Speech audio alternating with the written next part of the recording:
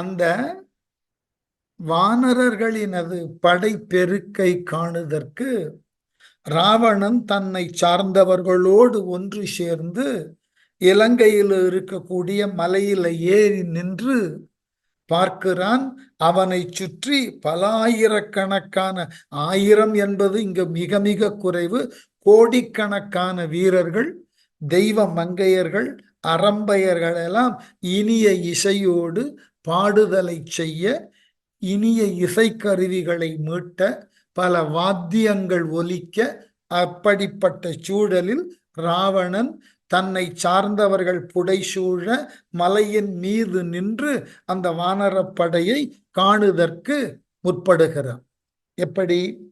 நஞ்சு கக்கி எரி கண்ணினர், நாம கஞ்சுகத்தர், கதை பற்றிய கையர், மஞ்சு உக குமுறு சொல்லினர், வல்வாய் கிஞ்சுகத்த கிரி ஒத்தனர் சுற்ற.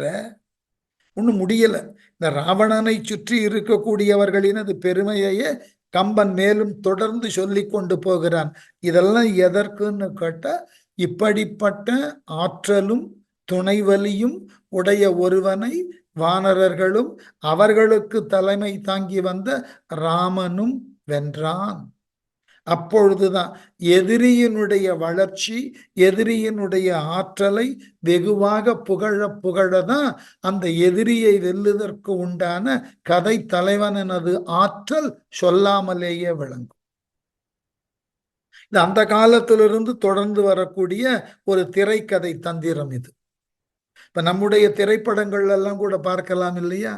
அந்த படத்தினுக்கு உண்டான கதாநாயகனை காட்டிலும் பல மடங்கு ஆற்றல் உடையவனாக, பலவேறு ஆயுதங்களை தன்னகம் கொண்டவனாக எதிரணியில் இருக்கிறவன் இருப்பான்.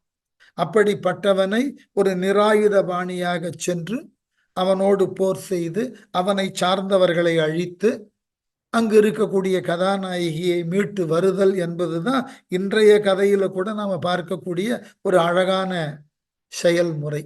இது கம்பன் காலமில், அதற்கு முன்பு இருந்த காப்பிய காலங்களிலிருந்து இதை பார்க்கலாம்.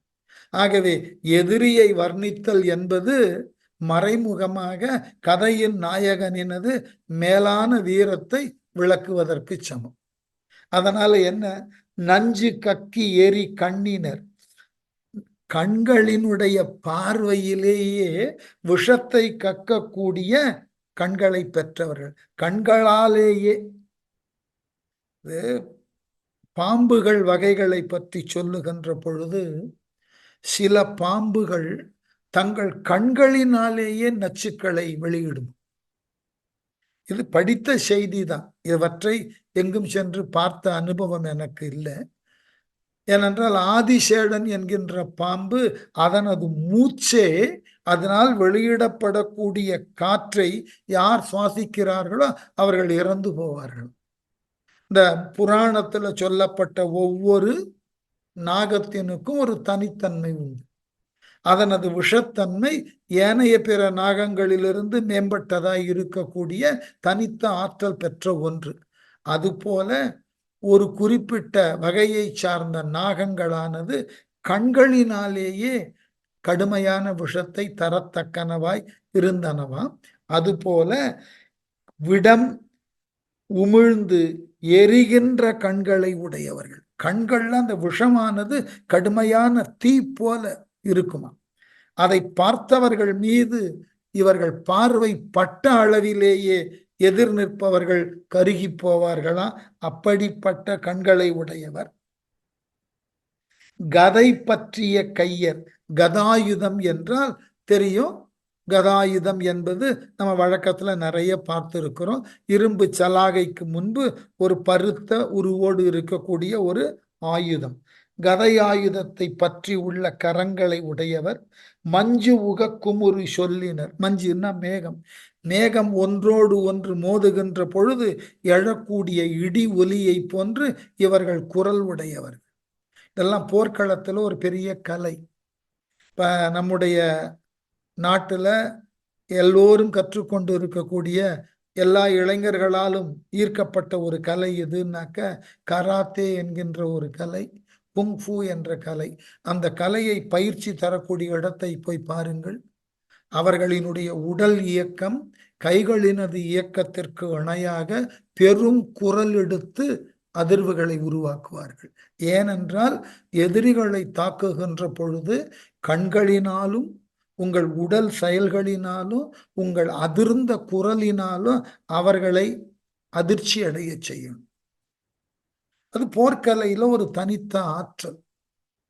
அதனாலதான் பழைய காலங்கள்ல எல்லாம் அந்த போர்க்களத்துல கர்ஜித்தல் என்கின்ற ஒரு செயலையே செய்தார்கள். பெரும் குரல் எடுத்து எதிரிகளை அதட்டுதல். அதுபோல இந்த ராவணனை சார்ந்த வீரர்கள் கண்களினுடைய பார்வையில மட்டும் நெஞ்சு இல்லையா, கையில கதை மட்டும் பிடித்து கொண்டிருக்கவில்லையா, மேலும் அவர்கள் பேசினால் இடி இடிப்பது போல ஒலி எழுமும். அந்த அளவினுக்கு மஞ்சு உக குமுறு சொல்லினர் கிஞ்சுகத்த வல்வாய் முருக்க மலர் போன்ற பெரிய சிவந்த வாய்களை உடைய. இந்த முருக்க மலர்னாக்க நம்ம ஊர்ல இருக்கக்கூடிய முருங்கை அவர் சொல்லல. மலை நிலத்துல கல்யாண முருங்கைன்னு ஒரு மரம் இருக்கு. அது மலைகள்ல தான் இருக்கும். அந்த மலைகள்ல இருக்கக்கூடிய அந்த கல்யாண முருங்கைக்கு ஆங்கில பெயர் என்னன்னா டெடாப்ஸ்ன்னு பேர். அதனுடைய பூக்களை பார்த்தீர்கள் என்றால் இரத்தத்துல தோய்த்தெடுத்தது போல பூக்கள் இருக்கும். அவ்வளவு சிவந்த பூ. அந்த முருக்க மலரினது சிவப்ப பெண்களினது இதழ்களுக்கு சொல்லுதல் மரபு இலக்கியங்கள்ல. ஆகவே முருக்க மலர் போன்ற பெரிய சிவந்த வாய்களை உடைய கிரி ஒத்தனர் ஒவ்வொருவரும் ஒரு மலை போலே நிற்கிறார்கள் ராவணனை சார்ந்து. நாம கஞ்சுகத்தர் அச்சம் தரும் உடைய அணிந்த மெய்க்காவலர்கள். என்ன அழகான வார்த்தை பாருங்க. நாமம்னா அச்சம், கஞ்சுகம்னா தோலாடை. அவன் போட்டிருக்கக்கூடிய ஆடைகளே காண்பவருக்கு அச்சத்தை தரக்கூடியனதா இருக்கும். இப்ப நாமெல்லாம் சில திரைப்படங்கள்ல பார்த்திருக்கலாம். அந்த ஒரு குறிப்பிட்ட சூழல்ல அந்த கதாநாயகன் அணிந்து கொண்டிருக்கக்கூடிய ஆடையை பார்த்தீர்கள்னா அந்த ஆடையில பல்வேறு விதமான ஆயுதங்கள், கையெறி குண்டுகள் இவைகளெல்லாம் அலங்கரிக்கப்பட்ட நிலையில் அந்த ஆடையை பார்ப்பதற்கு பல ஆயுதங்களை தாங்கிய ஒரு உருவமாக காட்சியளிக்கும்.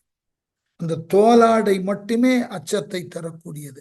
பழைய காலத்துல இந்த மேல போடக்கூடிய தோலாடையில பல்வேறு விதமான ஆயுதங்களை மறைத்து வைத்திருக்கும் வழக்கம் உண்டு. ஏன்னா அந்த ஆடையில் அவ்வளவு ஆயுதங்களை வைத்திருப்பார்கள். அதனால இவர்கள் அணிந்திருக்கக்கூடிய ஆடை கூட அச்சத்தை தரக்கூடிய அளவில் இருந்தது. அண்மையில நண்பர்களுக்கெல்லாம் தெரிந்திருக்கும்னு நினைக்கிறேன். இந்த இளைஞர்கள்லாம் போட்டுக்கொள்ளக்கூடிய ஆடையில ஒன்று ஜீன்ஸ்ல ஒரு குறிப்பிட்ட வகை ஆடைக்கு பேர் கார்கோன்னு பேர். யாரேனும் அதை பார்த்திருக்கலாம் அல்லது சிலர் பயன்படுத்தியும் இருக்கலாம். இந்த கார்கோ என்கின்ற ஆடையில 64 பாக்கெட்ஸ் இருக்கு. கொஞ்சம் எண்ணி பாருங்கள். அந்த 64 பாக்கெட்லையும் ஏதாயிலும் பொருள்கள் வைக்கப்பட்டிருந்தால் முதல்ல நமக்கு என்ன குழப்பம் வரும்? எந்த பாக்கெட்ல எதை வைத்திருக்கிறோன்ற குழப்பம் வரும். ஞாபகம் வைத்துக் கொள்ள முடியாது. இப்படிப்பட்ட ஒரு ஆடை இருக்கிறது ஜீன்ஸ்ல. கார்கோன்னு பேர் இருக்கு. இந்த ஆடையை அணிந்து கொண்டு அதுல 64 அந்த பாக்கெட்லயும் ஏதாவது பொருளை வைத்து கொண்டு ஒருவன் வருவதாக இருந்தால் அதை பார்த்த உடனே நமக்கு அச்சம் வருமா? வராது. அதுபோல என்னுடைய நண்பர் ஒருவர் இருக்கிறார். அவர் நாடக அரங்கினுக்கு உரியவர். பாலகிருஷ்ணன் பேரு. பலர் அவரை பற்றி கேள்விப்பட்டிருக்கலாம். அவர் பல ஊர்களுக்கு இந்த நாடக அரங்கினுக்காக பயணப்படுபவர். நாடகத்தை எழுதி இயக்கக்கூடிய அளவினுக்கு ஆற்றல் பெற்றவர். டெல்லியில் இருக்கக்கூடிய நேஷனல் ஸ்கூல் ஆஃப் டிராமாவிலையும் லண்டன்ல இருக்கக்கூடிய அந்த ராயல் டிராமா அகாடமியில இயக்குனர் உண்டான படிப்பையும் படித்து வந்தவர். அவர் எப்பொழுதுமே அந்த ஜீன்ஸ் மெட்டீரியல்ல ஆன ஒரு சட்டையை போட்டிருப்பார் மேல, தன் சட்டைக்கு மேல. அதுக்குள்ள இருக்கக்கூடிய பாக்கெட்ஸ் இருக்கு பாருங்க, எவ்வளவு இருக்குன்னு நான் எண்ணி அறிய முடியல. ஒரு மனிதனுக்கு தேவையான அத்துணை செய்திகளும் அந்த பாக்கெட் கொள்ளும். அது ஒன்றை மட்டும் அணிந்து கொண்டு அவர் எங்க வேணாலும் புறப்பட்டு விடுவார்.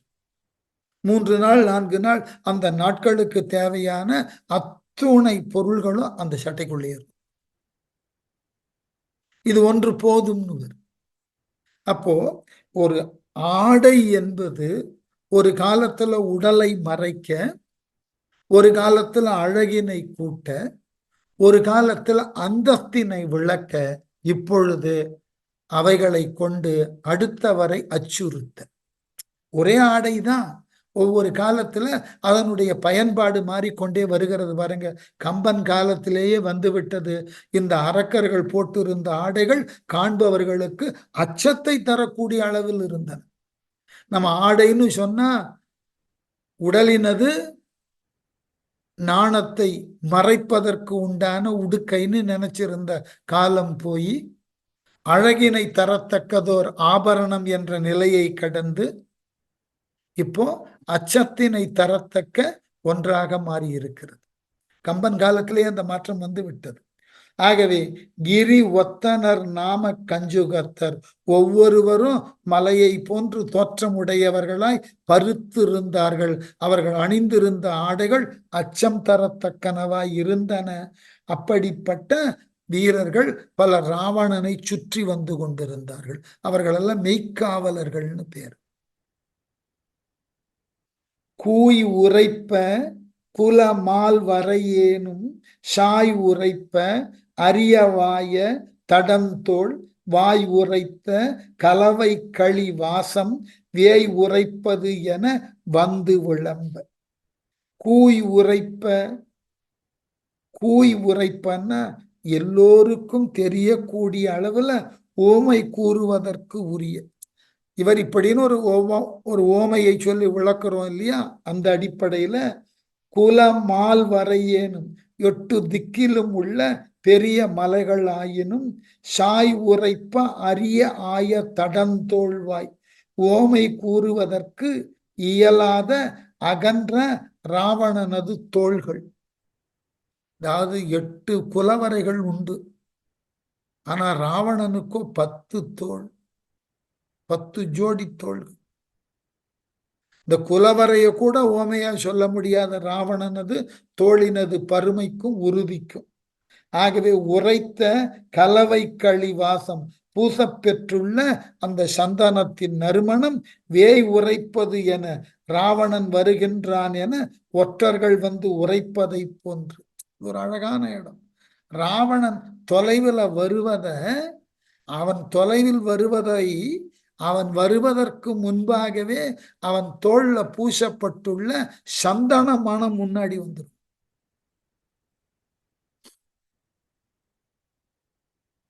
மகாபாரதத்துல திரௌபதிக்கு இதான் பேரே தெரியுமா?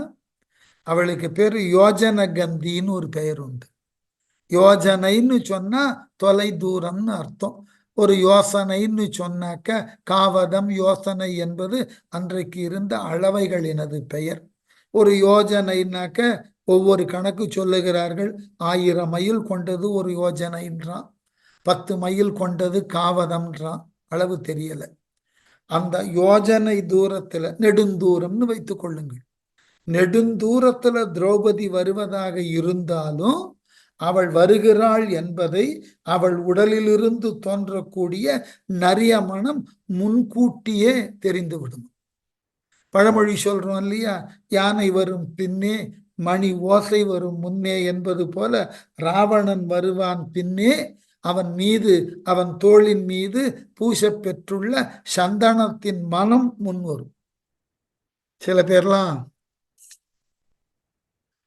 ரொம்ப அழகா நறுமணப் பொருளை உடல்ல பூசிக்கொண்டு வருவார்கள். உலகிலேயே எனக்கு மிக மிக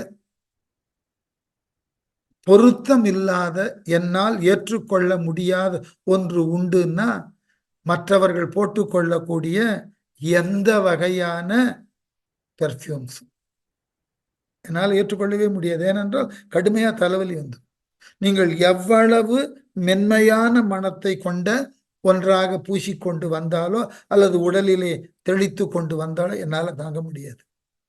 அதுவும் சிலர் போட்டு கொண்டு வர நம்முடைய தொழில் நடைமுறையில நடன மாந்தர்களோட உலவுவதுதான். அதனால எல்லா நடன மாந்தர்களும் இந்த நறுமண பொருள்கள் மீது அதீதமான ஈடுபாடு உண்டு. ஏனென்றால் அவர்களினுடைய செயலுக்கு அது தேவை. ஏன்னா அவர்கள் ஆடுகின்ற பொழுது கடுமையான அளவிற்கு வியர்க்கும். இவைகளை மீறி அந்த உடலானது அருகில் இருப்பவருக்கு அருவருப்பை தந்துவிடக் கூடாதுன்னு நறுமண பொருள்களை இட்டுக்கொண்டும் பூசிக்கொண்டும் வருவார்கள். அந்த நறுமணம் இருக்க நமக்கு ரொம்ப பெரிய துன்பமா இருக்கும். யாரேனும் என்னை சார்ந்த அத்துணை நடன கலைஞர்களுக்கு தெரியும், என் இல்லத்திற்கு வருவதாக இருந்தால் கூடிய மட்டும் அதை தவிர்த்து விடுவார்கள். நான் வேடிக்கையாக சொல்லுவேன், சில பேர் போட்டுக்கொண்டு வருவதை பார்த்த உடனே அவர்களெல்லாம் அந்த நறுமண பொருளை தெளித்து கொண்டு கூட வரல, ஒரு மக்குல எடுத்து தலையில ஊற்றி கொண்டு வந்தது போல அப்படி கடுமையான மனத்தோடு வருவார்கள். அவர்கள் 4 வீதி தள்ளி வருகின்ற பொழுதே அவர்கள் வருகிறார்கள் என்கின்ற அறிவிப்பு அந்த நறுமணம் கொண்டு வந்து சேர்த்து விடும். அதுபோல ராவணன் பின்னால் வந்து கொண்டிருக்கிறான் என்பதை அவன் உடலிலே பூசப்பட்ட சந்தனத்தினது நரியமனம் முன்னாக வருகிறதாம்.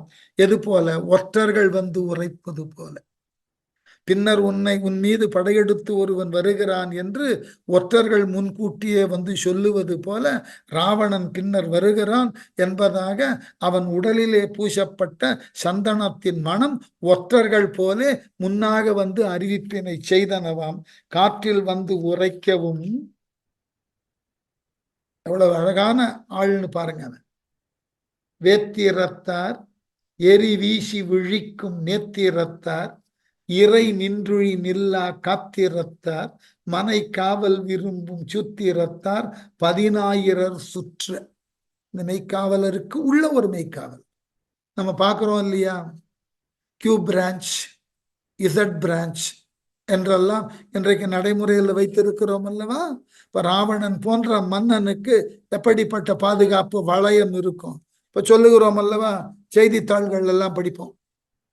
பிரதமர் வருகிறார்னு சொன்னா 5 அடுக்குகளுக்கு உட்பட்ட பாதுகாப்பு வளையம். 5 அடுக்குல இருக்கிறவர்களும் காவலர்கள் தான்.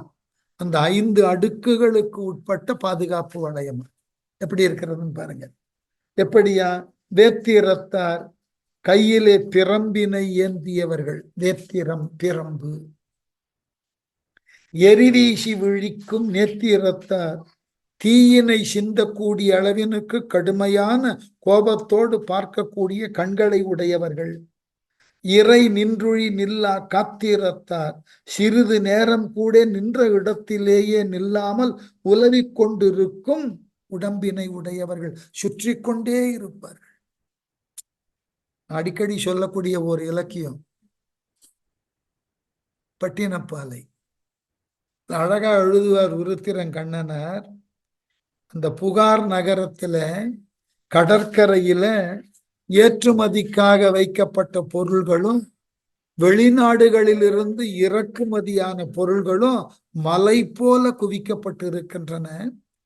அவைகளை முறையான அளவுல யவன வீரர்கள் பாதுகாத்த வண்ணம் உலா வருகிறார்கள், சுற்றி வருகிறார்கள்.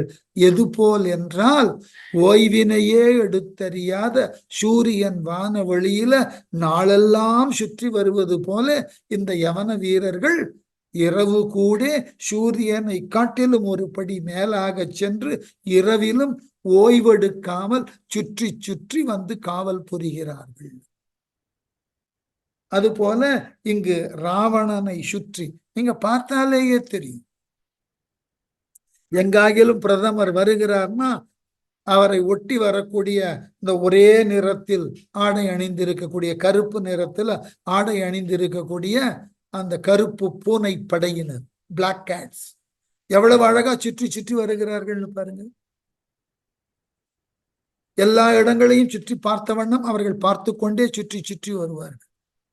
ஏனென்றால் எந்த ஒரு அசம்பாவிதமும் நடந்துவிடக்கூடாது. எல்லாருக்கும் ஒரு ஆச்சரியம். அவ்வாறு இறங்கி வரக்கூடியவர்கள் கையில ஒரு சின்ன பெட்டி போல ஒண்ணு இருக்கும், பார்த்திருக்கிறீர்களா? ஒரு பிரீஃப் கேஸ் போல. ரொம்ப நாள் ஐயோ அது என்ன என்று ஒருவர் தான் முறையாக விளக்கம் தந்தார். அது பெட்டியெல்லாம் அல்ல, யாரேனும் துப்பாக்கி கொண்டு சுடுதற்கு எத்தனித்தால் அதை திறந்தால் அது துப்பாக்கி தோட்டாக்கள் துளைக்க முடியாத அளவினுக்கு உருவாக்கப்பட்ட தடைகளம். அப்படியே அவர்கள் அந்த பிரதமரை சுற்றி அதை விரித்த வண்ணம் நின்று விடுவார்கள். இது ஒரு புல்லட் ப்ரூஃப் ஷீல்ட்ஸ். அதை தான் கையில மடக்கி எடுத்து வருகிறார்கள். நவீன காலத்துல ஜனநாயக நாட்டுல ஜனநாயக முறையில் தேர்ந்தெடுக்கப்பட்ட ஒரு பிரதமருக்கு இவ்வளவு கடுமையான பாதுகாப்பு.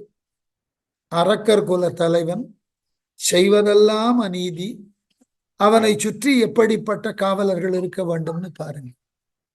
அதனால காத்திரத்தார் சுற்றி சுற்றி வந்து கொண்டிருக்கக்கூடியவர்கள், மனை காவல் விரும்பும் சூத்திரத்தார் அரண்மனை காவலை விரும்பி ஏற்க வல்ல உபாயங்கள் அறிந்தவர்கள்.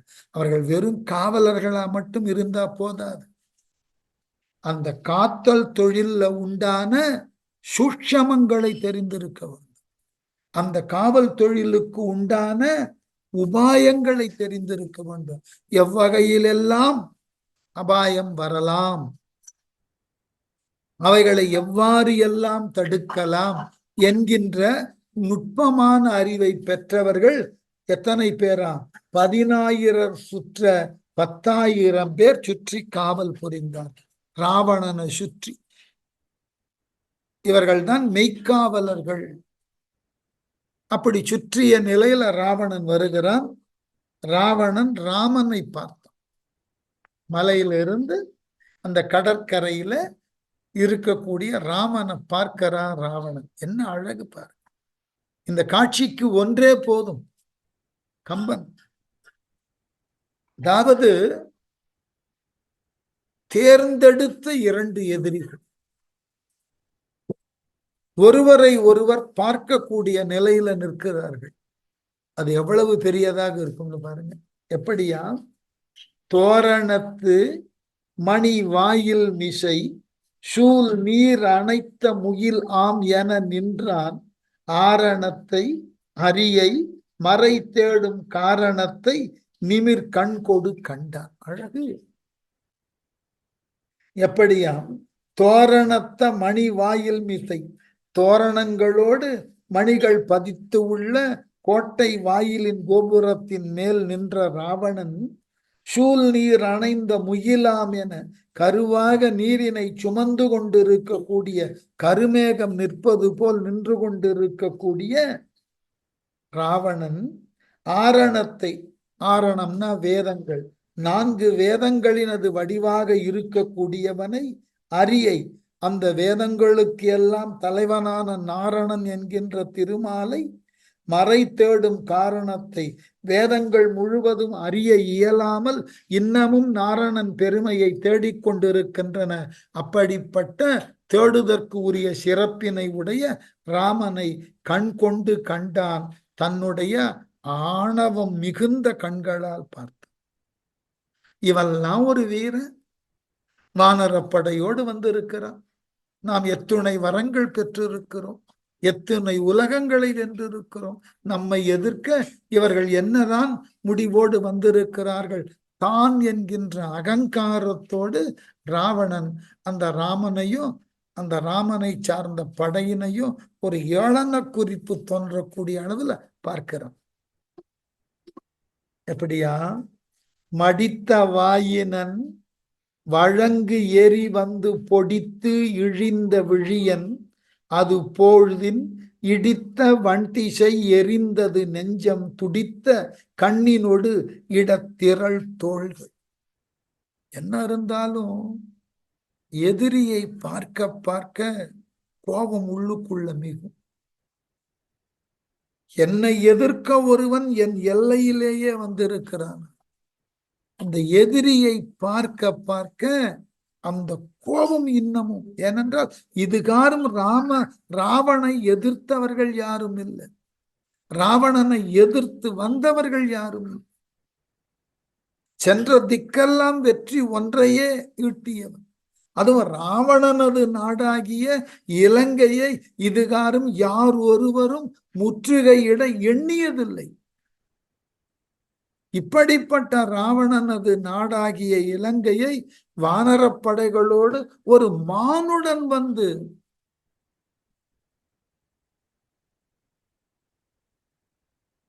மானுடன் தலைமையில வந்து நிற்கிறான் என்றால் எவ்வளவு கோபம் வரும்.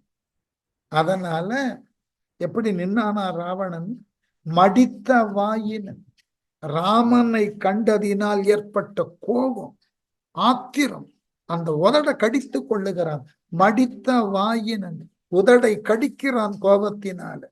வயங்கு எரி வந்து ஒளிருகின்ற சினத்தி கண்கள்ல தோன்றக்கூடிய அளவுல பொடித்து இழிந்த விழியன், சிறு சிறு பொடிகளாய் விழக்கூடிய அளவுல கண்கள்ல இருந்து நெருப்பு பொறி பறக்கிறதா. கண்களை உடையவன்.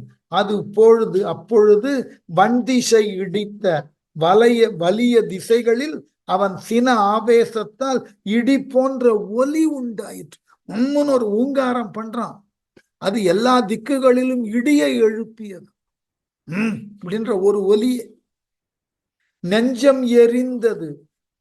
ராமனையும் அவனது படைப்பெருக்கையும் பார்த்தவுடனே ராவணனது மனது கோபத்தினால் பற்றி எரிந்தது.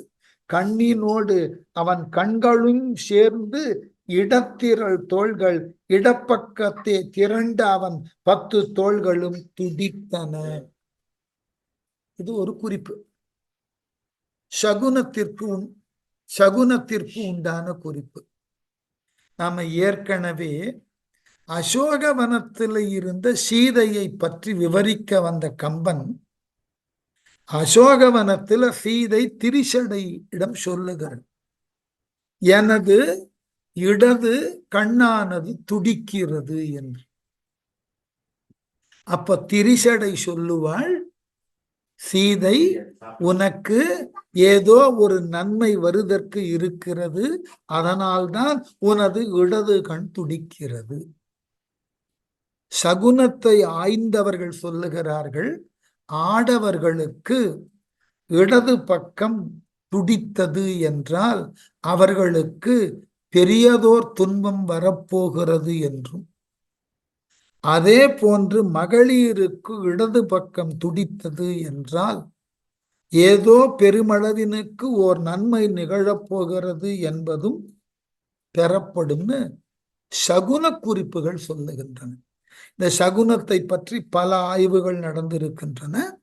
இந்த சகுனங்களை பற்றி தாங்கிய நூல்கள் பல வெளிவந்திருக்கின்றன. நிறைய சகுனங்களுக்கு உண்டான விளக்கங்களை தருகிறார்கள். சகுனத்திற்கு நூல்கள் இருக்கின்றன, கனவுகளுக்கு நூல்கள் இருக்கின்றன. கனா நூல் சிலப்பதிகாரம் பேசுகிறது. கனா நூல் என்னும் ஓர் நூல் இருந்தது என்று அடியார்க்கு நல்லார் குறிப்பு தரார். ஏன்னா சிலப்பதிகாரத்துல 2 பெரும் கனவுகள் பேசப்படுகின்றன. உலக இலக்கிய அந்த பகுதி நடத்தும் போது நிறைய சொல்லி இருக்கேன். உலக இலக்கியங்களிலேயே கனவுகள் என்பன ஒரு மிக பெரியதாகிய திருப்பு முனையாக கதைகளுக்கு அமையும். அது ஷேக்ஸ்பியர் ரொம்ப அழகா பயன்படுத்துவார் இந்த கனவுகளை. அதனால இந்த கனா நூல் இருந்திருக்கிறது, சகுன நூல் இருந்திருக்கிறது. எவையெல்லாம் உங்களுக்கு சுப சகுனத்தை தரும், எவையெல்லாம் உங்களுக்கு. சிலப்பதிகாரத்துல கூட ஒரு அழகான இடம் வரும்.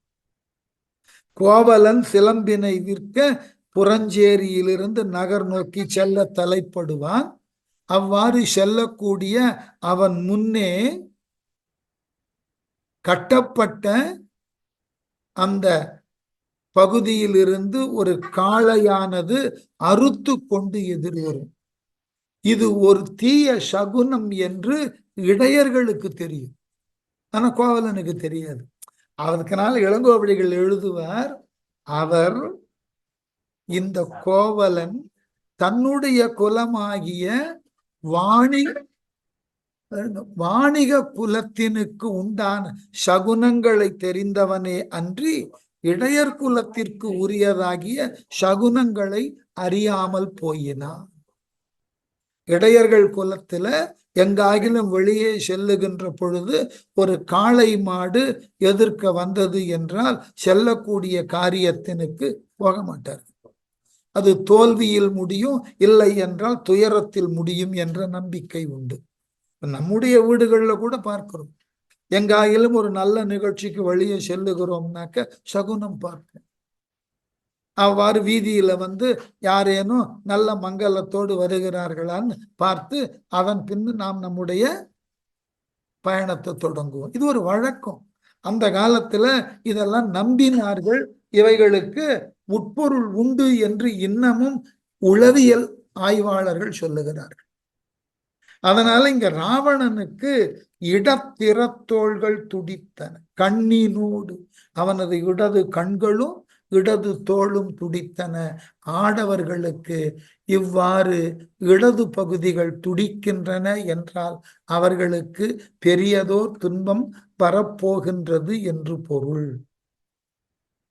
சரி, ஆக ராகவனை அவ்வழி கண்டான், மாக ராக நிறை வாழ் ஒளியோனை ஏக ராசியினின் எய்த எதிர்க்கும் வேக ராகு என வெம்பி வெகுண்டான்.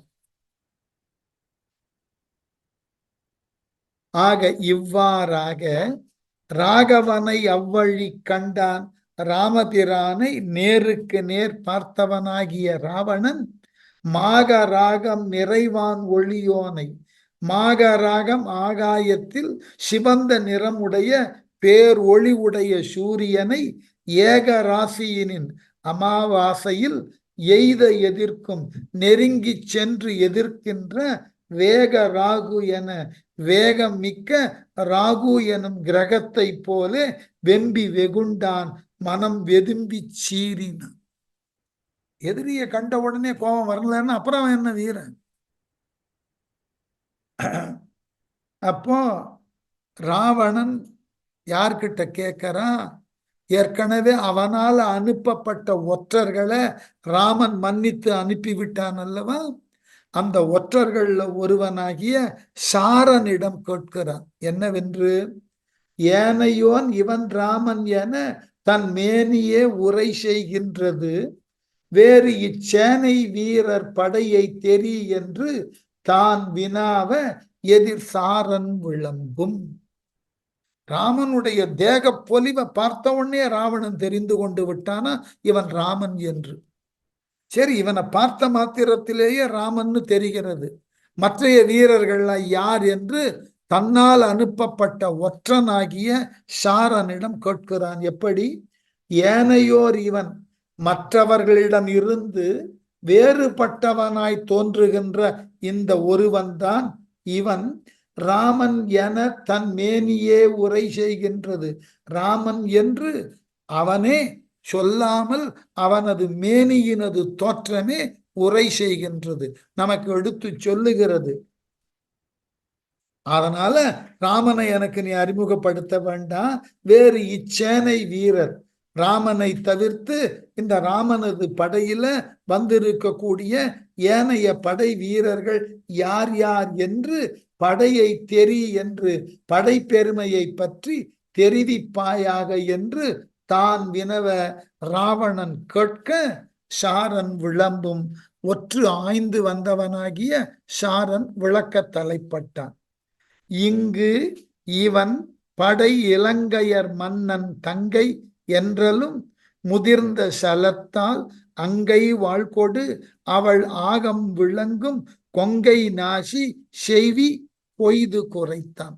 ராமனுக்கு அடுத்து லக்குவன் அறிமுகப்படுத்தணும் இல்லையா? எப்படி இந்த அறிமுகப்படுத்தும் போதே ராவணனுக்கு இன்னும் கோபத்தை உண்டு பண்ற மாதிரி அறிமுகப்படுத்துறான். எப்படி?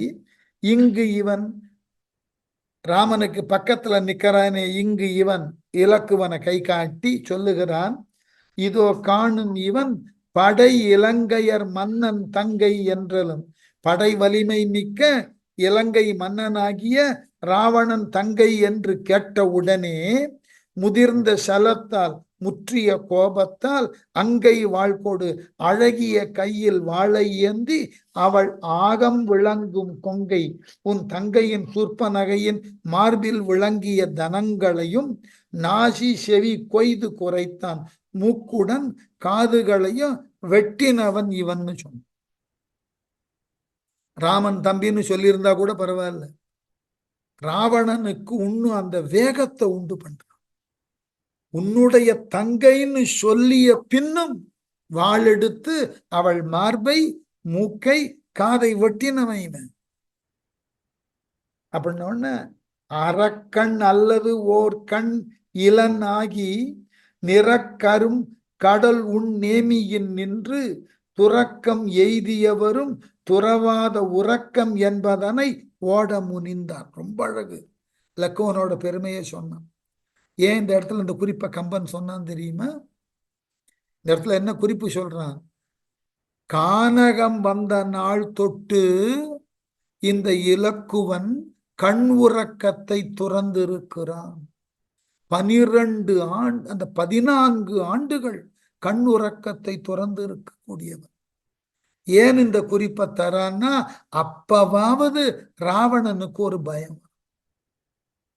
ஒற்றர்களினுடைய செயல் என்னன்னா, தாங்கள் ஒற்று அறிந்து வந்ததோடு எது சரியானதோ அதையும் சேர்த்து சொல்லும். இதுக்கு நான் அடிக்கடி ஒரு குறிப்பை சொல்லுவேன் வேடிக்கையா. கலிங்கத்து பரணின்னு ஒரு அழகான இலக்கியம்.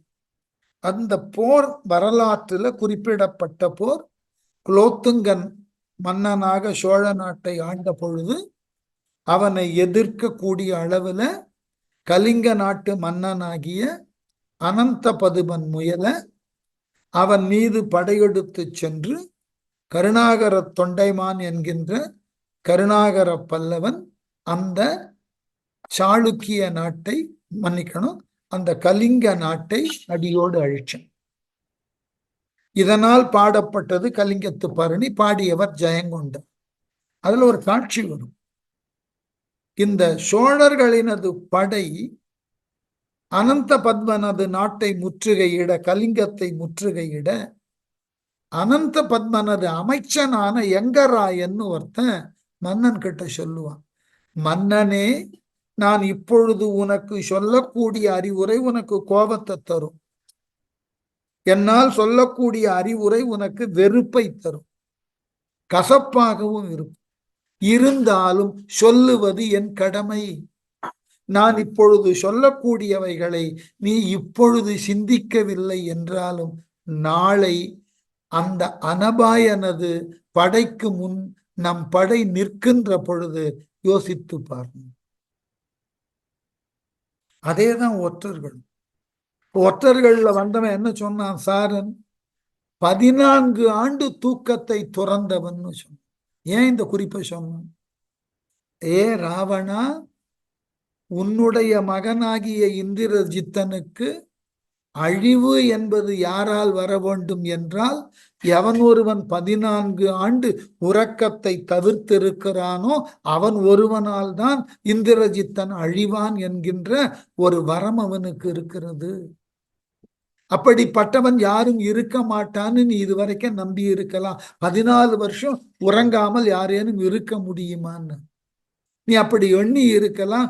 ஆகவே உன் மகனுக்கு அழிவு என்பதே இல்லை என்றும் நீ கற்பனை செய்திருக்கலாம். இப்பொழுது பார், உன் கண் முன்னே இலக்குவன் என்கின்ற ஒருவன் உன்னுடைய தங்கை என்று தெரிந்த பின்னும் அவளை அங்கஹீனப்படுத்தியவன்.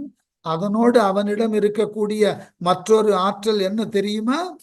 14 ஆண்டுகள் உறக்கம் தவிர்த்தவன். எப்படியா? அரக்கன் அல்லது ஒரு கண் இளனாகி இந்த லக்குவன் தரும நெறியை நோக்குவது அல்லாமல் வேறொரு நெறியை தெரியாதவன். அறம்தான் அவனுக்கு தெரிஞ்சதெல்லாம், அரக்கண் தான். நிற கருங்கடல் உன் நிறத்தால் கருமை உடைய கடலை தன்னுள் கொண்ட நேமியின் நின்று சக்கரவாள மலையைப் போல் அமைந்து துறக்கம் எய்தியவரும் சொர்க்கத்தை சென்று அடைந்தவர்களும் துறவாத உறக்கம் என்பதை, துறவிகளினால் கூட தவிர்க்க முடியாத உறக்கத்தை நித்திரை என்று சிறப்பிக்கப்படக்கூடிய ஒன்றை ஓட முனிந்தான் வெகுண்டோடுமாறு சினந்தவனாவான். இவனிடம் நித்ரா தேவி 14 ஆண்டுகளாக நெருங்கவில்லை, நினைவில் கொள். ஆகவே உனக்கு மட்டும் ஆபத்து இல்லை, உன் மகனுக்கும் ஓர் ஆபத்தை விளைவிக்க கூடியவன் இங்கு நின்று கொண்டிருக்கிறான். கை அவன் தொட அமைந்த கரத்தான் ஐய வாலியோடு இவ்வண்டம் நடுங்க செய்த வன் செருவினின் திகழுகின்றான் வெய்யவன் புதல்வன் யாரினும் வெய்யான். ஐயனே, அவன் கைத்தொட அந்த ராமன் தன் கையினால் பற்றி அமைந்த கரத்தன் நட்பு கொள்ளும் பெரும் பேறு பெற்ற கைகளை உடையவன். வாலியோடு இவ்வண்டம் நடுங்க, வாலியோடு இந்த உலகம் நடுங்குமாறு வன் செருவினில் திகழுகின்றான் கொடிய போரிட்ட புகழாளன் வெய்யவன் புதல்வன் சூரியன் புதல்வன் ஆகிய சுக்ரீவன் யாரினும் வல்லான், இவன் யாவரை காட்டிலும் வலிமை வாய்ந்தவன். லக்குவன் அறிமுகப்படுத்திட்டு அடுத்தது சுக்ரீவனுக்கு வந்துட்டு,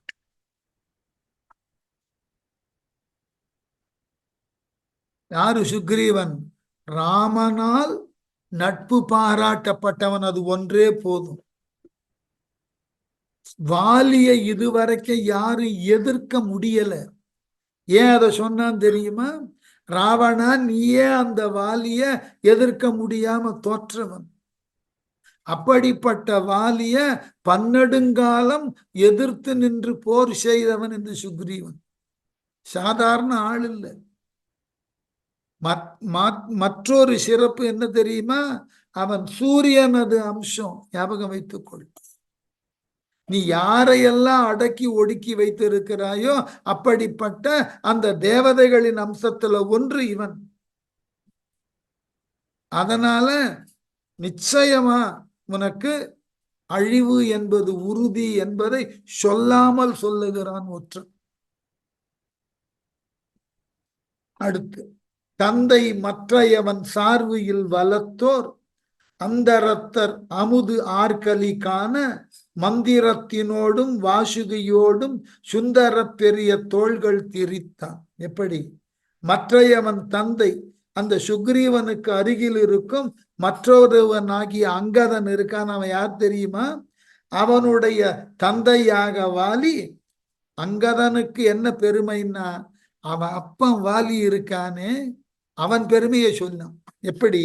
வாலி சார்வியில் வளர்த்தோன், கூட்டு ஒருவரையும் வேண்டாத வலிமை உடையவன். எப்படி அந்த வலிமையை நிரூபித்தான் வாலி? அந்தரத்தர் ஆர்கலி அமுது காண, வானுலகத்தோர் தேவர்கள் கடலில் இருந்து பார்க்கடலில் இருந்து அமுதத்தை பெறுமாறு மந்திரத்தினோடும் வாசுகியோடும் மந்தர மலையோடும் வாசுகி எனும் பாம்போடும் கடைந்தார்கள் அல்லவா?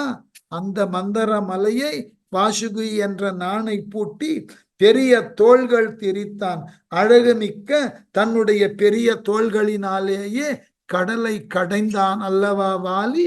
அவனது மகன் இந்த அங்கதன். ஞாபகம் வச்சு.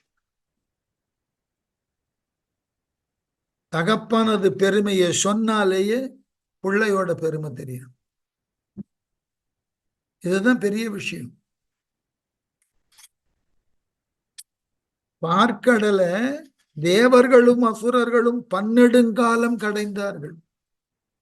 ஆனால் தனி ஒருவனாக யாரொருவர் துணையும் இல்லாமல் வாலி ஒருவனாக இந்த பார்க்கடலை கடைந்த அமிர்தத்தை எடுத்தான். இத தாரையே ஒரு முறை சொன்னான். நரியதாம் இன்னமிழ்து உண்ண நல்களின் பிரியா இன்னுயிர் பெற்ற பெற்றிதாம் சிறியாரோ நமனார் எண்ணில் சிறியாரோ உபகாரம் சிந்தியார்னு வாலி இறந்த பின் தாரை இதனை சொல்லி புலம்புகிறாள். அப்படிப்பட்ட தனி ஒருவனாக நின்று பார்க்கடலை கடைந்த வாலியின் மகன் அங்கதன் நினைவில் கொள். நடந்து நின்றவன் நகும் கதிர் முன்பு தொடர்ந்தவன் உலகு சுற்றும் எயிற்றின் இடந்து எழுந்தவனை ஒத்தவன் வேலை கடந்தவன் சரிதை கண்டனை அன்றே. அடுத்த குறிப்பு கொஞ்சம் ஏளனமா. அடுத்தவன் யார் தெரியுமா? அனுமன். அவனை பத்தி நான் சொல்லி நீ தெரிஞ்சிக்க வேண்டாம். ஏற்கனவே ஒரு முறை இங்க வந்து அவன் இங்க படுத்தின பாடே உனக்கு தெரியும். எப்படியா? நடந்து நின்றவன், அங்கே நடந்து கொண்டிருக்கிறானே, நகும் கதிர் முன்பு தொடர்ந்தவன், ஒளிருகின்ற சூரியன் முன் குழந்தை பிராயத்திலேயே எதிராக சென்று பறந்தவன். அனுமன் குழந்தையாய் இருந்த பொழுது கிழக்கில் உதித்த சூரியனை உண்ணுதற்கு உரிய பழம் என்று அதனை பிடிப்பதற்கு சூரியன் நோக்கி பறந்தவன். உலகு சுற்றும் எயிற்றின் உலகை வளைத்த பற்களால் இடந்து எழுந்தவனை ஒத்தவன், அகழ்ந்து எடுத்து கொண்டு வந்த வராக மூர்த்தியாகிய திருமாலை போன்றவன், வேலை கடந்தவன், நம்ம பாதுகாப்பாக கருதி நின்ற இந்த கடலை கடந்து இலங்கைக்கு வந்தவன் அந்த அனுமன் சரிதை கண்டனை. அவன் சரிதத்தை நீ கண்ணார கண்டவன் அல்லவா? இலங்கையில வந்து அவன் கொடுத்த அழிவு இப்ப நினைச்சாலும் பயம். அவன்லாம் ராமனால் அனுப்பப்பட்ட தூது. அவனால் அனுப்பப்பட்ட தூதுவன் தனி ஒருவனுக்கு இவ்வளவு பெரிய ஆற்றல்னா, அவனை மாதிரி பலாயிரக்கணக்கான வானரர்களை தன் படையில கொண்டிருக்கக்கூடிய ராமன் எப்படிப்பட்டவனா இருப்பான்? அடுத்தது, நீலன் நின்றவன் நெருப்பின் மகன், தின் சூலமும் கயிறும் இன்மை துணிந்தும் ஆலம் உண்டவன் அடும் திரள் மிக்கான், காலன் என்பார் இவனை கருதாதார். அனுமனுக்கு பக்கத்துல நிக்கிறான் யார் தெரியுமா? அவன் பேரு நீலன். இவன் பெயர் நீலன், நெருப்பின் மகன், தீக்கடவுளாகிய அக்னியின் அம்சம் அவன். தின் சூலமும் கயிறும், திண்ணிய சூலாயுதமும் பாசக்கயிறும் இன்மை துணிந்தும், இவன் கைகளில் இல்லாமையை துணிவாக அறிந்திருந்தும். அக்னி கையில இது ரெண்டும் இருக்கும். அவன் பிள்ளையாகிய அம்சமாகிய இவன் கையில இது ரெண்டும் கிடையாது. இருந்தாலும் இவனை கருதாதார், இவனை பற்றி இவன் பகைவர்கள் அடும் திரள் மிக்கான், ஆலம் உண்டவன், சங்காரம் செய்வதில் வல்லவனாகிய நஞ்சுண்ட பெருமானாகிய சிவபெருமானே,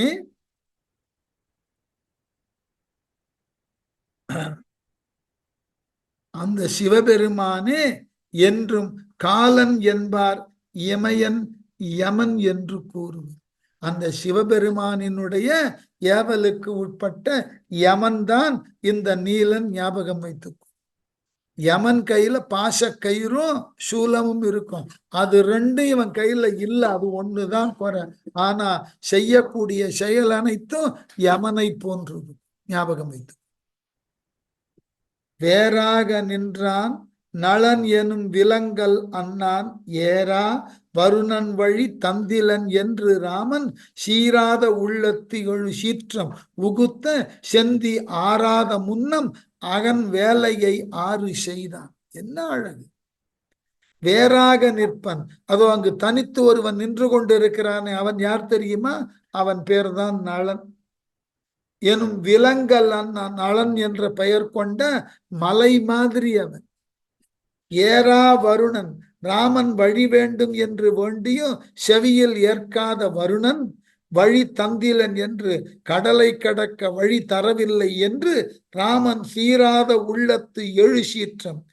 கோபமே படாத ராவணன் கூட, மன்னிக்கணும், ராமன் கூட அந்த கடல் மன்னனாகிய வருணன் மீது கோபம் கொள்ள உகுத்த செந்தி, வெளியிட்ட அந்த கோபம் என்கின்ற தீ ஆறாத முன்னம் தனிவதற்குள் அகன் வேலையை ஆறு செய்தான். அகன்ற கடலை அணையாக்கி வழி செய்தான். ஞாபகம். வருணன் மீது ஏற்பட்ட கோபம் குறையறதுக்கு முன்னாடி கடவென்று கடலை கடப்பதற்கு கடல்ல ஒரு அழகான பாதையை உருவாக்கி கொடுத்துட்டவன் யாரு? நளன் என்கின்ற மலை போன்ற ஆற்றல் உடையவன். முக்காலமும் மொய்மதியால் முறையின் உணர்வான், புக்கு ஆலம் எழ புனரி புலவோர் கலக்கும் அக்காலம் உள்ளான், கரடிக்கு அரசு ஆகி நின்றான், இக்காலம் நின்றும் உலகு ஏழும் எடுக்க வல்லான். யாரு? கரடிக்கு அரசு ஆகி நின்றான். கரடிகளுக்கு எல்லாம் தலைவனாக நிற்கக்கூடிய சாம்பான். அவன் ஆற்றல் என்ன தெரியுமா? முக்காலம் மொய்மதியால் முறையின் உணர்வான். இறந்த காலம், நிகழ்காலம், எதிர்காலம் எனும் 3 காலங்களையும் நிறைந்த அறிவால் முறையே உணர்ந்து எடுத்து சொல்லக்கூடியவன். புக்கு ஆலம் எழ உட்புகுந்து நஞ்சு எழுமாறு புனரி புலவோர் கலக்கும் கடலை தேவர்கள் கலக்கிய அக்காலம் உளான். அந்த காலத்திலேயே அவன் இருந்தவன். எந்த காலம் யோசிச்சு பாருங்க. இது ராம அவதாரம். கூர்ம அவதாரம் 2வது அவதாரம். கூர்ம அவதார காலத்திலேயே இருந்த கரடிகளுக்கு தலைவன் ஆகிய சாம்பான் இன்னமும் இருக்கான்னா அவன் எத்தனை யுகங்களை கடந்து நிற்கிறான் பார். அழிவே இல்லாமல் நிற்கிறான். ஆகவே அக்காலம் உளான் இக்காலம் நின்றும் இவ்வளவு காலம் வாழ்ந்திருந்தும் உலகு 7 எடுக்க வல்லான். 7 உலகங்களையும் தனி ஒருவனாகவே பெயர்த்தெடுக்கும் ஆற்றல் உடையவன். அவ்வளவு வயோதிகன். யுகங்களை கடந்த வயது இருந்தாலும் உடல் உறுதியில 7 உலகத்தையும் ஒரு கையால தூக்கிடும். அவ்வளவு பெரியவன். சேனாபதி தன் அயலே இருள் செய்த குன்றின் ஆனா மருங்கே 2 ஆடக குன்றின் நின்றார். ஏனோரில் ராமன் லக்குவன் எனும் ஈட்டார். வானோர்த்தம் மருத்துவர் மைந்தர் வலிக்கண் மிக்கார். ஏற்கனவே நாம சொல்லி இருக்கோம்.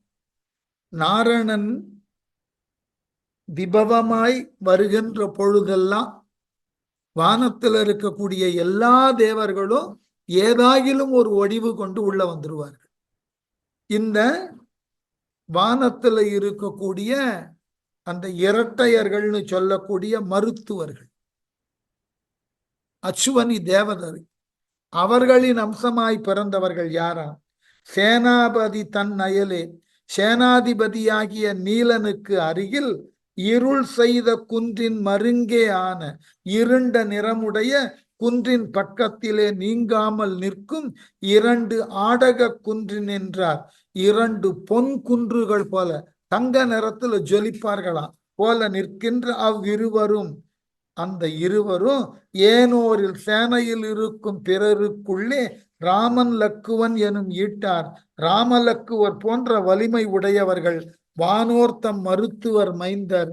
வானுலகில் இருக்கக்கூடிய தேவ மருத்துவர்களாகிய அஸ்வினி தேவர்களின் குமாரர்களான வலிக்கண் மிக்கார். வலிமையில் மிக்கவர்கள். யாருன்னா மயிந்தன் துமிந்தன்னு பேர். இதெல்லாம் ஞாபகம் வச்சுக்கணும். அஸ்வினி தேவதைகளின் அம்சமாக வந்தவர்கள். ஒருவன் பெயர் மயிந்தன், அடுத்தவன் பேரு துமிந்தன். மிகப்பெரிய வீரர்கள். இன்னும் தொடருகிறான். உவன்கான் குமுதன் குமுதாக்கனும் ஊங்கு அவன்கான் இவன்கான் கவையன் கவையாக்கனும் இங்கு இவன்கான் சிவன்கான் அயன்கான் எனும் தூதனை பெற்ற செல்வன் அவன்கான் நெடுங்கேசரி என்பான் ஆற்றல் மிக்கான். கிடுகிடுன்னு அடுத்தவர்களை சொன்னா எப்படி? உவன்கான். தமிழ்ல உவன்ற சொல்லு இன்னைக்கு வழக்கு ஒழிந்து போச்சு. ரொம்ப தொலை தூரத்துல இருக்கிறவன் அவன்னு சொல்லலாம், அருகில் இருக்கிறவன இவன்னு சொல்லலாம். இடைப்பட்டவர்கள் இடத்தை சொல்லணும்னா உவன். அது இது உது இருந்தது, எல்லாம் வழக்கில் ஒழிந்து போயிற்று. உதுன்றதெல்லாம் உவன்கான் பாரு, கொஞ்சம் தூரத்துல தெரிகிறான் பார். அந்த நடுவிடத்திலே இருப்பவன் பேரு குமுதன்னு பேர். ஊங்கு அவன்கான் குமுதாக்கன். அதே அவன் அருகிலே மற்றொருவன் இருக்கிறானே, அவன் பெயர் குமுதாக்கன். இவன்கான் கவையன். இதோ இந்த பக்கத்துல நிற்கிறானே, அவன் பேரு கவையன்னு பேர். கவையாக்கனும் இங்கு இவன்கான். கவாயக்கன் எனப்படக்கூடிய மற்றொருவனும் இங்கு இருக்கிறான் பார். சிவன்கான் அயன்கான். இவன் சிவனே இவன் பிரம்மனே எனும் தூதனை பெற்ற செல்வன் என்று சொல்லப்படுகின்ற அனுமனாகிய தூதனை பெற்று தந்த பெரும் செல்வனாகிய அவன்கான் நெடுங்கேசரி. அவன்தான் அந்த நீண்ட புகழுக்கு உரிய கேசரி எனப்படுபவன். ஆற்றல் மிக்கவன், பெரியதோர் ஆற்றலுக்கு உரியவன். இன்னும் படைத்தலைவர்களை சொல்லிட்டு வரான். முரபன் நகு தோழவன் மூரி மடங்கள் என்ன கர பல் நகம் அன்னவை மின்முக காந்துகின்றான் வர பல் நகம் தன்னையும் வேறொடும் வேண்டின் வாங்கும் சரபனவன் சதவலி ஆய தக்கோன். அடுத்த பட்டியல்.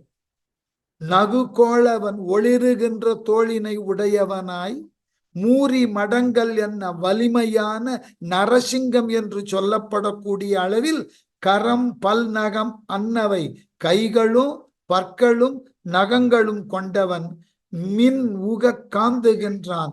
மின்னலை போன்று ஒளி சிந்துமாறு விளங்குகின்ற அவன்தான் முரபன். முரபன் என்ற பெயருடையவன்.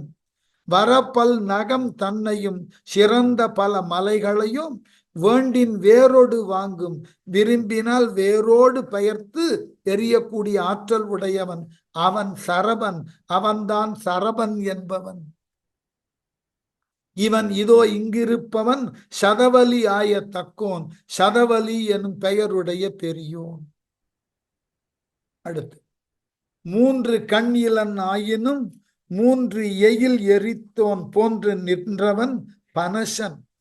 இப்போருக்கு எல்லாம் தானே ஏன்று நின்றவன் இடபன். மற்ற இவன் தனக்கு எதிரே தோன்றுகின்றவன் சுடேனன். மூத அறிவோடு தொடர்ந்தோன். அடுத்த பட்டியல். மூன்று கண் இலன் ஆயினும் சிவபெருமானுக்கு தான் மூன்று கண்ணு.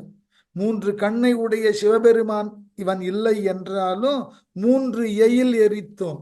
முப்புறங்களை எரித்த சிவபெருமானை போல் இவன் ஆற்றல் உடையவன். கண்ணுதான் மூணு இல்லை, ஆனால் ஆற்றல் முப்புறம் எரிக்கக்கூடிய ஆற்றல் அவன்கிட்ட உண்டு. அவன் பேரு பனசன் எனப்படுவன். இப்பேர்க்கு எல்லாம் தானே என்று நின்றவன் இடவன். இந்த போர் அனைத்திற்கும் தானே முதல் வரிசையில் நின்று எல்லோரையும் அழிப்பதற்கு காத்திருப்பவன் பேரு பனசன். இவன் இடபன். மற்ற இவன் தனக்கு வேறு இவனுக்கு எதிரே தோன்றுகின்றவன், எதிர் திசையில் தோன்றுகின்ற அவன் சுடேனன். சுடேனன் எனும் பெயரினன் மூதறிவோடு தொடர்ந்தான். முற்றிய அறிவோடு போரினை செய்யக்கூடிய. போதுமா? ஒற்றர்கள் எவ்வளவு செய்தியை கொண்டு வந்து தந்திருக்கிறார். வெதிர்கோள் குன்று எல்லாம் வேரோடு வாங்கி மேதினியை முதுகு நொய்து எனச் செய்தவன் கனலையும் முனிவோன். கதிரவன் மகற்கு இடமருங்கே நின்ற காளை ததிமுகன். அவன் சங்கன் என்று உரைக்கின்ற சிங்கம். கதிரவன் மகற்கு, கதிரவன்னா சூரியன், சூரியன் மகனாகிய சுக்ரீவன். சுக்ரீவனுக்கு இடமருங்கே நின்ற காளை, இடப்பக்கமாக நிற்கின்றானே ஆற்றல் வாய்ந்த காளை போன்ற வீரன். வெதிர்கொள் குன்று எல்லாம் வேரோடும் வாங்கி மூங்கில்களை தன்னிடம் கொண்ட மலைகளை எல்லாம் அடியோடு பெயர்த்து மேதினியை முதுகு பூமியின் முதுகினை நொய்தனச் செய்தவன் கனம் சுமக்காதிருக்கச் செய்தவன். கனலையும் முனிவோன் தீயையும் சீறுகின்ற சினமுடையவன் ஆகிய ததிமுகன். ததிமுகன் என்ற பெயருடைய அவன் அதோ அங்கிருப்பவன் சங்கன் என்று உரைக்கின்ற சிங்கம். இதோ இங்கு இருக்கிறானே இவன் யார் என்றால் சங்கம் என்று உரைக்கப்படக்கூடிய சிங்கம் போன்றவன். இவ்வளத்தையும் சொல்லிட்டு அண்ணல் கேள் இதற்கு அவதியும் அளவும் ஒன்று உளதோ. விண்ணின் மீனினை குனிப்பினும் வேலையுள் மீனை எண்ணி நோக்கினும் இக்கடல் மணலினை எல்லாம் கண்ணி நோக்கினும் கணக்கு இலது என்றானன் காட்டி. இன்னும் அழகான விளக்கம். அண்ணல் ராவணனே, பெருமைக்கு உரியவனே, கேள், சொல்றத கேட்டுக்கோ. இதற்கு அவதியும் அளவும் ஒன்று உளதோ. இந்த வானர சேனைகளை, அந்த சேனையில் உள்ள வீரர்களை உவமை அளவும் ஒப்பு எண்ணிக்கையும் ஒன்று உள்ளதோ. எதாதையாவது ஒப்பிட முடியுமா? ஒப்பிடதற்கே முடியாத அளவில் பெரிய படையது ஒன்று உள்ளதோ. விண்ணின் மீனை குனிப்பினும், வானத்தில் இருக்கக்கூடிய நட்சத்திரத்தை கூட எண்ணி சொல்லிவிடலாம். வேலையுள் மீனை எண்ணி நோக்கினும், வேலைன்னா கடல், கடல்ல இருக்கக்கூடிய மீன்களை கூட எண்ணி சொல்லிடலாம். இக்கடல் மணலிலை எல்லாம் கண்ணி நோக்கினும். இந்த கடற்கரையில் இருக்கக்கூடிய மணல் துகளை எல்லாம் கூட எண்ணி சொல்லிடலாம். ஆனால் எண்ணியே சொல்ல முடியாத அளவினுக்கு கணக்கு இலது என்றனன் காட்டி, எந்த கணக்கினுள்ளும் அடங்க முடியாத அளவினுக்கு அளவிடற்கு அறிய பெரிய படையை கொண்டுள்ளது இந்த வானரப்படை என்று ஒற்றன் விரிவாக ராவணனிடம் எடுத்து சொன்னான். அதற்கு ராவணன் வானரப்படையை தன்னளவிலே எவ்வாறு மதிப்பிடுகிறான் என்பதை அடுத்த வகுப்புல பார்ப்போம்.